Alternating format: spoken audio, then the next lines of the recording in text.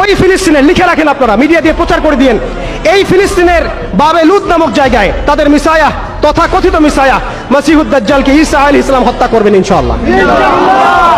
পৃথিবীর কোন শক্তি, কোন ন্যাটো, কোন ইউনাইটেড নেশনস, কোন ইউরোপিয়ান ইউনিয়ন, কোন IMF, কোন ওয়ার্ল্ড ব্যাংক, কোন সাম্রাজ্যবাদী শক্তি এই ভবিষ্যৎবাণীকে ঠেকাতে পারবে ইনশাআল্লাহ।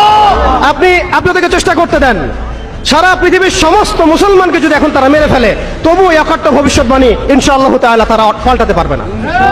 এটা আমাদের আশার জায়গা, এটাই হচ্ছে চূড়ান্ত বিজয়। এবং ঈসা আলাইহিস সালামের হাতে আগামী 40 বছর লিখে রাখেন আপনারা, এরপরের 40 বছর ওই বাইতুল মুকাদ্দাস থেকেই সারা বিশ্বে ইসলামী খিলাফা কায়েম হবে ইনশাআল্লাহ। যে খিলাফা শব্দটা এখন রাজনৈতিকভাবে আপনারা নিতে পারেন না, হজম করতে পারেন না। আমি জানি আপনারা জানেন না, অনেকেই এটা অজ্ঞতার কারণে হতে পারে, তারা হয়তো জানেন না, আমরা জানাতে এসেছি। এই যে খিলাফা শব্দটা তারা নিতে পারে না, এই খিলাফাই হবে পৃথিবীর শেষ শাসন ইনশাআল্লাহ তাআলা।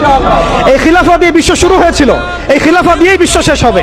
ঈসা আলাইহিস সালাম 40 বছর ওই জেরুজালেম থেকেই এই বিশ্বকে শাসন করবেন ইনশাআল্লাহ তাআলা। এটা লেখা হয়ে গেছে কুদিয়াল আমর, এটা কেউ চেঞ্জ করতে পারবে না।